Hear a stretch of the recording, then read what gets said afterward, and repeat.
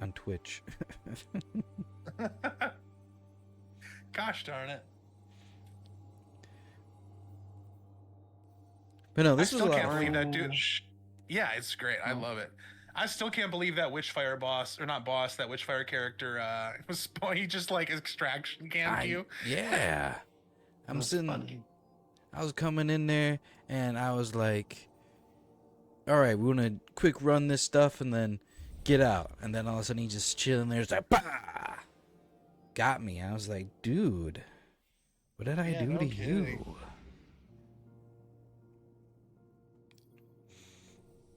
But yeah, no, these are some cool stuffs. Yeah, no, I'm Yeah. having a really good. I have a really good time with this dungeon, and I think that honestly, I think it might be my favorite dungeon besides Shattered Throne. Like I love Shattered Throne. My favorite dungeon, what would it be? It's a tough one because there's quite a few. Honestly, I would have to say Prophecy. Prophecy is gas. That's a fun dungeon. My favorite raid of all time, collectively through the whole entire Destiny experience, is Vow of the Disciple. Vow of the Disciple is an amazing raid. That was the first raid I ever did with you guys. Yeah. Oh, I didn't mean to leave. I thought I was fire team lead. Oh, yeah. It's like I think we're But, splitting up anyway. Yeah. My favorite raid is Deepstone. Yeah, Deepstone's a lot of fun too. Gibson's good. I remember the first time I ever did Deepstone, I was doing it with my friends, and Rowan was there, and Rowan was like, "Turtle," and I was like, "What?" He goes, "Trust me when I say this. Take a hit and mute everybody else." And then I remember I went through that jumping puzzle, and I was like freshly stoned, just hearing that music, and I was like, "Dude, this is the best raid ever." He's crying. You know, I was legitimately crying. It's such a beautiful score. it's so Dude, Michael Salvatore might be the best songwriter for like video game scores that has ever existed. good. Like Bungie was like, "Listen, we need you to capture the identity of Star Wars in music," and Michael Salvatore goes, "Okay," and just does it. Exactly. No I got a problem. controversial take. My favorite raid is the Leviathan raid. Okay. I never got to play it, but I'm very. It's Let me tell you, bad. if I had Calluses selected, Go ahead, that. Yeah, the raid is easy. Obviously came from a time of double primary, so of course it was easy after a time.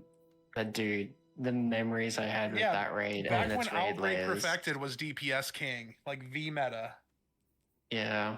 No, this was back before Outbreak was even in This the is game. like this fresh. Was.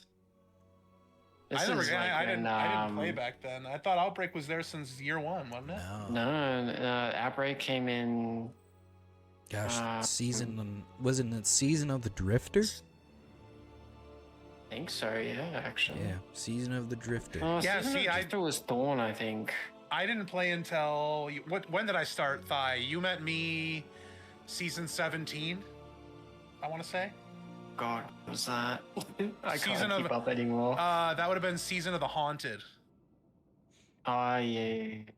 Because I met That you for was, the first time in the Derelict Leviathan. Yeah. Wait, really? I thought we met Yeah. before that. No. Well, you were friends with Anna, so I knew you before that. Yeah. We just didn't play. I just didn't know you played Destiny until you joined me and Anna and Ludi on the Leviathan. Season 17. Back when I was farming my Austringer and my Callus mini tool.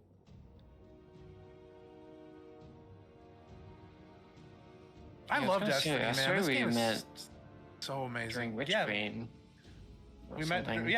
We did. That's season 17. Season 17, 18, 19, and 20 were Witch Queen. Yeah, it was a wild ride. Brandon, I've been playing Destiny since the beginning. Yeah, you started like, on console like Xbox D1 360. beta, didn't you? Yeah. Xbox 360, and it played. Dude, and you know the messed up part is I was in a band for years, and every member of that band but me played Destiny, and I had a PS3, so I could have played Destiny, but I just didn't because I thought I didn't think it looked good, and because Skyrim was a thing. And I regret it so much because if I had started playing it with my band, I would have been here for Forsaken. I would have gotten to meet Cade before the final shape. I would have there's so much stuff I would have had that I'm nostalgic for but can't get. Yeah. And you missed out on some. Unfortunately, you missed out on some pretty interesting things like the loot cave and the first time actually running. What's going on? What's that, Thai? The loot cave brought back memories. I didn't experience it, but I remember people talking about it. That's where I got my first exotic. I missed Gallarhorn being the best weapon in the game. Oh, dude, it was toxic as fuck, though. You weren't getting into Crota unless you had it. Unless you had Galahorn, yeah. I will say I like that they're adding stuff back into the game, and I like that because that's the whole purpose of the portal, right? The whole purpose of the portal is for them to bring back activities from previous seasons without having to bring back everything in them. So they plan on adding all the old raids to the portal. They end up planning to do all the old activities in the portal as well. And the loot from those, they said they're eventually going to be tier 5 variants of the loot that came from them. So like if you were to do the forges, you'd get tier 5 black armory weapons. If you were to do that's their plan. That's gold. That is peak. That is pretty awesome. To get my kindled orchid and blast phones back. I'll believe it when I see it, but however, they could make that from Destiny 1 all the way up to Killing the Witness, its own standalone game. Call it Destiny, the Light and Dark Saga.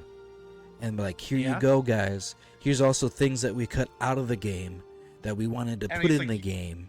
And also, too, we're going to add some things such as a Guardian's apartment that you can customize. They need to do that. And then customize you gotta ship have interiors. Either a guild flagship or hall, something to where that would bring people back, give people a new light experience, an actual new light experience, and not just I am Mr. Johnny Guardian. You need to go help me do this thingy here in the Cosmodrome. But why? Because Hive are bad, and they are bad for a reason. Can you explain the reason? No. No, and I completely agree. Like that's Red War campaign. It's so bringing back the Red War campaign would solve so many problems, and I know they can't because of the recent litigation. So that's it is what it is. That's gone. Because they didn't have the ability to even look at it. I know, right? They didn't even have the ability. Like they were using fucking third party stuff to be able to see the campaign, and it's a shame because there is no if you don't start this game with a group of friends and with a group of friends that already plays it, you're not going to last 3 days. Well, yeah, especially now. Very few. Let me rephrase. Very few will last 3 days. Especially now. Yeah, and that's why a big part of my play style is helping new players. Like I've got so many people that I've got onto this game that stay in this game because I dedicate my time to helping new players. And that's the only way like without people in the community that do that, I just don't see us ever getting new players at all. Yeah. We need a way better and way easier onboarding system. And what I just suggested would be the perfect thing to do. Yeah, that'd be great. And then on top of the full Light and Dark saga in a game, and then the full Edge of Fate saga can be its own game. And the only thing you have to do is just make it so that weapons don't carry over between, because that would be kind of hard. Because I obviously, mean- like, they're gonna link. It's gonna be linked to your account, right? Just like D1, your account is still linked to D2 if you played D1. Obviously, there's going to be some fine tuning things that they're going to have to figure out. Yeah.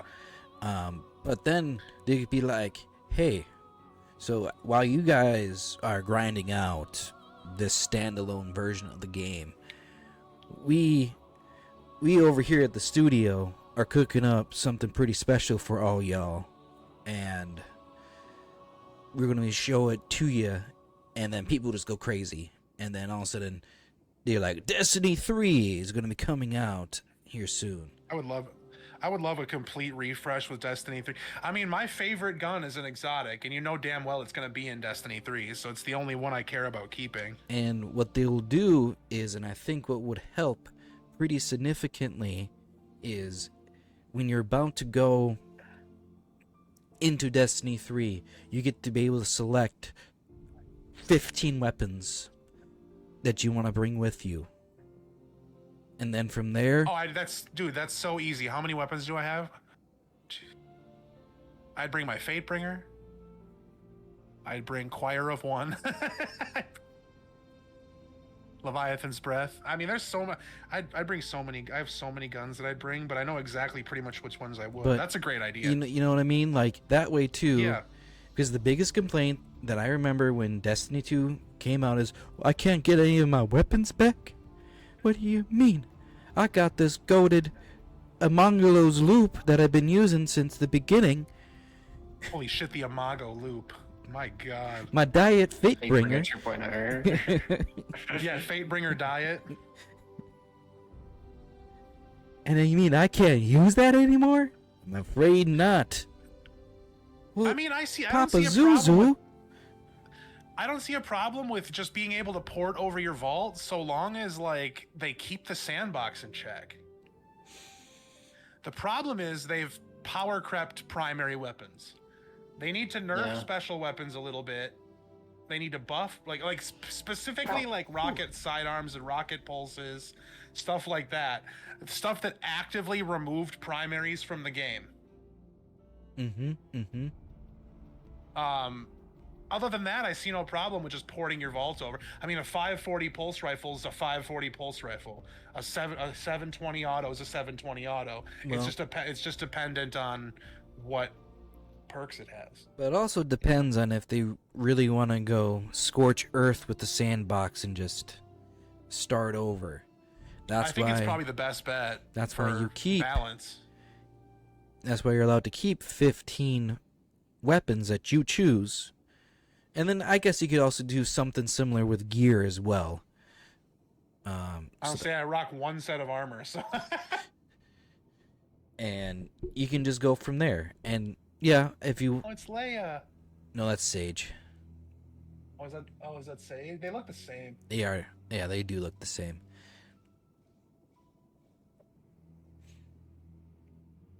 No, I completely agree with you though. I think having that like standalone thing would be a great idea. I think that getting rid of a majority of things and giving you a select like basically it's like you can keep one build and a few weapons to make it work. Yeah. For Destiny 3, absolutely. I see nothing. I mean, for me, who's been using the same build since Witch Queen, I have no problem with that. You would be like, okay, shit. Sign me up. Untouched, you know? Yeah.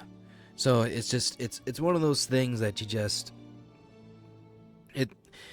granted I'm not a game developer, but like I don't know, I have a good consumer mindset that if I want said thing, and it's not like they haven't done this before. Anybody who, you know, was around in the Destiny scene, they released a standalone version of Destiny 1 with all the expansions. So this is not like this is anything that is new. They've done it before. It's not controversial. Yeah, and the thing is if they were to do something like that and call it like Destiny the Light and Dark or Destiny Classic or what the hell ever they want to call it, they just lose buy it. that in a heartbeat. They just lose it at the end of the day. They want people to would be buy that interested so in fast. Destiny. That's how you're going to get people interested back into Destiny. Yeah. And like